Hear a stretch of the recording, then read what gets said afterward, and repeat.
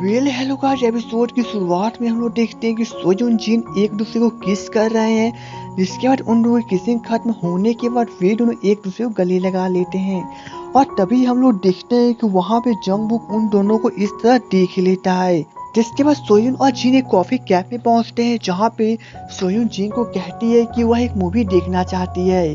तब जिन कहता है कि वो पास के एक सिनेमा हॉल में चलेगा और तब वे दोनों वहाँ से जाने लगते हैं। अब इधर हम लोग पार्टी में देखते हैं, जहाँ पे मैनेजर जब नीचे उतरती है तभी वहाँ पर दोसन और जिन का भाई आया होता है। जिसके बाद वो वहाँ पे मैनेजर को देख लेता है। तब वो पूछता है कि वो मुँह छुपा के कहाँ जा रही है, जिसमें मैनेजर उसे कह रही है कि वो मुँह छुपा के कहीं पे नहीं जा रही है। अब इधर हम लोग जिन और सोयून को देखते हैं, जहाँ पे वे दोनों एक दूसरे के हाथ पकड़े हुए और वे लोग सिनेमा हॉल में मूवी देख रहे हैं। और वहाँ पे वे दोनों काफी हैप्पी कपल्स की तरह हमें दिखाई देते हैं। अब इधर मैनेजर, जिन का भाई और दोसन तीनों ड्रिंकिंग कर रहे हैं, जहाँ पे उन दोनों के बीच में फिर से बहस चालू हो जाता है कि वो मुंह छुपा के भाग रही थी। तो तब मैनेजर कहती है कि वो मुंह छुपा के नहीं भाग रही थी। और इन दोनों के बीच हमेशा की तरह फिर से वही नाटक चालू हो जाता है। इसके बाद मैनेजर ज्यादा ड्रिंकिंग करने का वहीं पे सो जाती है। अब इधर जिन और सोयून मूवी देखने के बाद कार में बैठे हुए हैं, जहाँ पे जिन सोयून से काफी झूठ बोलता है कि वो वहाँ पे काफी खुश है, वो वहाँ पे बहुत जगह घूम सकता है और इधर उधर जाके कुछ भी खा सकता है और उसे वहाँ पे काम करने में बहुत मजा भी आता है। और ऐसे करते करते बहुत सारे झूठ बोलता है। अब उन दोनों में बातें होने के बाद जिन सोयून को बाय कहने लगता है और वो वहाँ से जाने लगता है। तभी जिन अचानक से वापस पीछे मुड़कर उसके तरफ दौड़ के आता है और वह सोयून को किस कर देता है। अब फिर से इन दोनों के बीच में किसिंग खत्म होने के बाद जिन मुस्कुराते हुए कहता है कि वह संभाल के घर पे जाए और तब जिन फिर से वहाँ से चला जाता है। अब सीन जाता है अगले दिन पे, जहाँ पे जब मैनेजर सो के उठती है तब वह दोसन के रेस्टोरेंट में होती है। जिसके बाद दोसन वहाँ पे आता है और वो उसे बताता है कल रात को वह रेस्टोरेंट में सो गई थी, इसलिए दोसन ने उसे कंबल ओढ़ा दिया था। जिसके बाद दोसन उसे कुछ खाने के लिए देता है। अब जैसे ही मैनेजर खाने के लिए बैठती है तब वो अपना मोबाइल चेक करती है, जिसपे हमें पता चलता है कि फिर से किसी ने जिन और सोयून की मूवी देखते हुए फोटो और न्यू ईयर पार्टी वाली फोटो खींच लिया है, जहाँ पे वो लिखता है कि जिन और सोयून फिर से डेटिंग कर रहे हैं। अब यह देखने के बाद मैनेजर बहुत बौखला जाती है और वो कहती है कि वो बाद में खाना खाएगी और वो वहाँ से दौड़ते हुए जाने लगती है। जिसके बाद जब वो कार में बैठती है तभी वहाँ पे मैनेजर ड्राइवर को कॉल करती है और वो उसे कहती है कि क्या उसके पास कोई और प्लानिंग नहीं था जिन और सोयून को मिलाने का, वे लोग फिर से मीडिया की नजर में चले आए। तब ड्राइवर उसे कहता है कि वह अब आगे कुछ भी नहीं कर सकता, जो संभालना है मैनेजर को ही संभालना है, और वह कॉल काट देता है।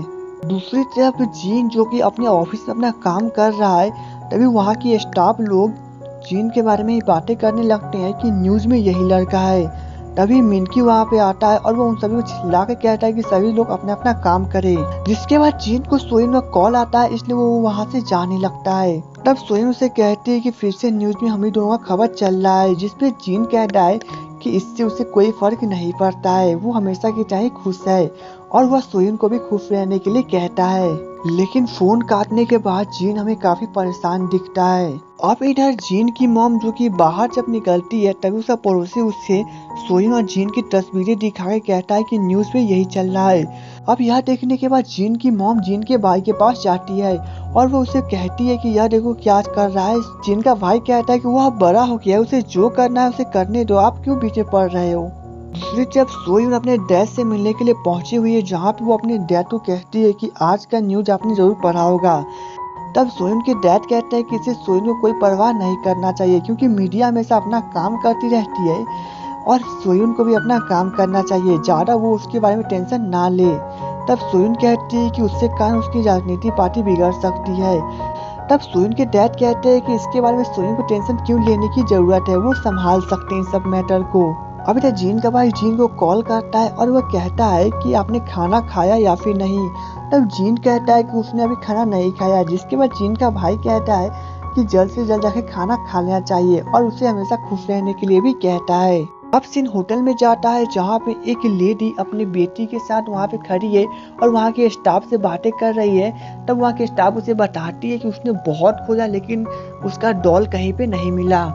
तब जिन बच्चे को रोती हुई देखता है, इसलिए वो उसके पास जाके उनसे पूछता है, जिसपे वो लेडी उन्हें बताती है कि कल रात को इसकी बेटी का एक गुड़िया उसके चादर के ऊपर छूट गया था, लेकिन जब वो बाथरूम से वापस आती है तब वो चादर वहाँ से गायब था और उसी के ऊपर वह डॉल था। तब जीन उस बच्ची को समझाता है कि वो अभी जाके उस डॉल को खोजेगा और वह उसे खोज के लेके आएगा, और वह उस बच्ची को चुप रहने के लिए भी कहता है। जिसके बाद जीन स्टाफ को कहता है कि अगर वह डॉल को नहीं खोजेगा तो यह बच्ची रोती ही रहेगी, और वो वहाँ से चला जाता है। जिसके बाद जीन स्टोर रूम में पहुँचता है जहाँ पे बहुत सारे चादर होते हैं और वो सभी वॉशिंग के लिए होते हैं। तब जीन वहाँ पे सभी चादर को खोजने लगता है, एक एक करके वो सभी चादर को चेक करता है। अब ऐसे करते करते 2 घंटे बीत जाते हैं, लेकिन फिर भी उसे कुछ नहीं मिलता है। लेकिन जब वो लास्ट चादर को हटाता है तभी उसमें उस बच्ची की डॉल मिलती है, और यह देखने के बाद जीन खुश होता है और वह उस बच्ची के पास जाता है, लेकिन तब तक वो बच्ची सो चुकी होती है।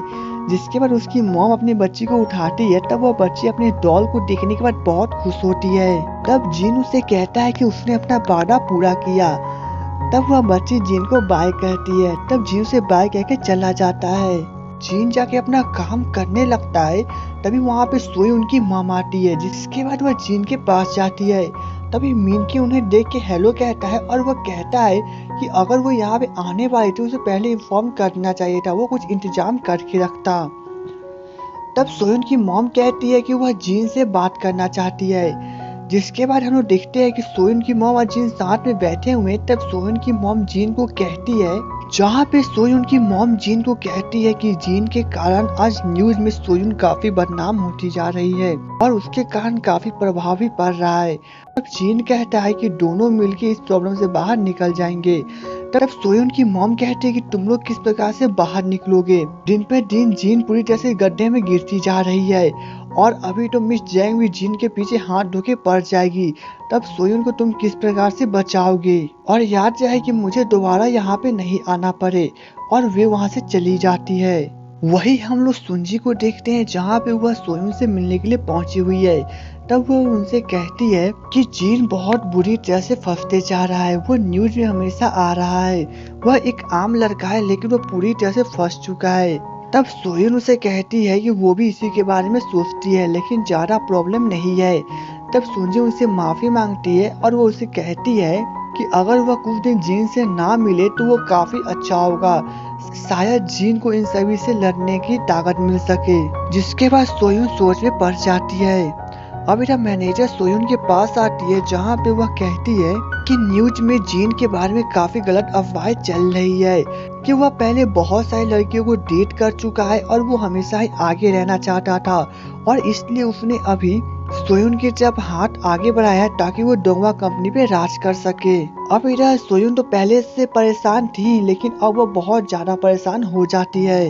अब इधर जीन जब उस न्यूज को पढ़ता है तब वो भी हमें काफी परेशान दिखाई देता है।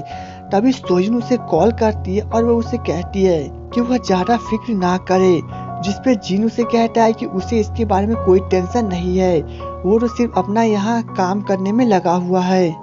जिसपे सोयन कहती है कि अगर वो चाहे तो हम लोग कुछ दिन नहीं मिलेंगे ताकि मीडिया में हम लोग की न्यूज पूरी तरह से खत्म हो जाए। अब जीन भी उससे इसमें राजी कहता है और वो कहता है कि हम लोग करीब 1 से 2 महीने नहीं मिलेंगे और ना ही बात करेंगे। जिसके बाद वे दोनों काफी सोच में पड़ जाते हैं और धीरे धीरे अपना कॉल काटने लगते हैं। जिसके बाद वे दोनों हमें काफी दुखी दिखाई देते हैं। जिसके बाद जीन अपने फ्रेंड्स के साथ खाना खाने चला जाता है। अब इधर सोयन अगले दिन सभी जगह पे जाके घूमने लगती है और वो अपने ही सर की फोटो खींचने लगती है जहाँ जहाँ पे वो जीन से मिली थी। और इधर जीन अपना काम भी करने लगता है। अब ऐसे करते करते 1 महीने बीत जाते हैं जहाँ पे जीन की मॉम जीन को कॉल करती है और कहती है कि वो 1 महीने से उनसे नहीं मिला है, वो मिलने के लिए शहर में आए। लेकिन जीन उसे कहता है कि यहाँ पे काम बहुत ज्यादा है लेकिन अभी वो नहीं आ सकता। अब इधर हम लोग सोयन को देखते हैं जहाँ पे वो बहुत परेशान है। जिसके बाद वो कैमरा को उठाती है और वो उस कैमरे में जितने भी फोटो होते हैं उन सभी फोटो को देखने लगती है। और तभी अचानक से वह कुछ सोचती है और वह कार में चली जाती है। जिसके बाद वो जीन से मिलने के लिए सेंचो होटल की तरफ जाने लगती है और ऐसे करते करते वो शहर के किनारे में पहुंच जाती है। तभी वह देखती है कि जीन शहर के किनारे पानी के पास में बैठा हुआ है। जिसके बाद वो जीन से कॉल करती है और वो पूछती है कि वो अभी कहाँ पर है। अब जीन उसे झूठ बोलता है कि वो अपने फ्रेंड्स के साथ खाना खाने के लिए आया हुआ है।